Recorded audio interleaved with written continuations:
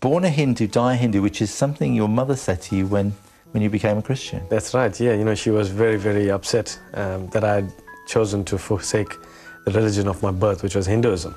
And when she heard that I was a Christian, she berated me and pointed the finger and said, you know, you're born a Hindu, you will die a Hindu.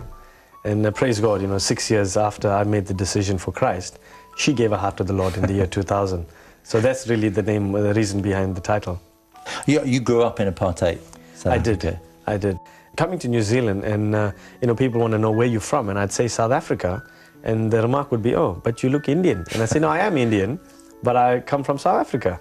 And people wanted to know, how did that happen? So I've answered that question in the book and spoken about the indentured labor trade and how Indians were taken from India to other parts of the world, Fiji, West Indies, and South Africa.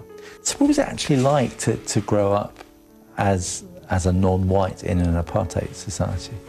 There were separate schools, you lived in separate areas, you weren't allowed to associate with Europeans. So how strongly do you feel connected to your Indian heritage? Because you grew up in South Africa, you live in New Zealand. It was generations ago that your family went from India to South Africa. So do you still feel, you're an Indian or a New Zealander or a South African? You know, I've put it in the book that I appreciate the fact that I've got Indian roots. I've come from India a long time ago. My forefathers have come from India.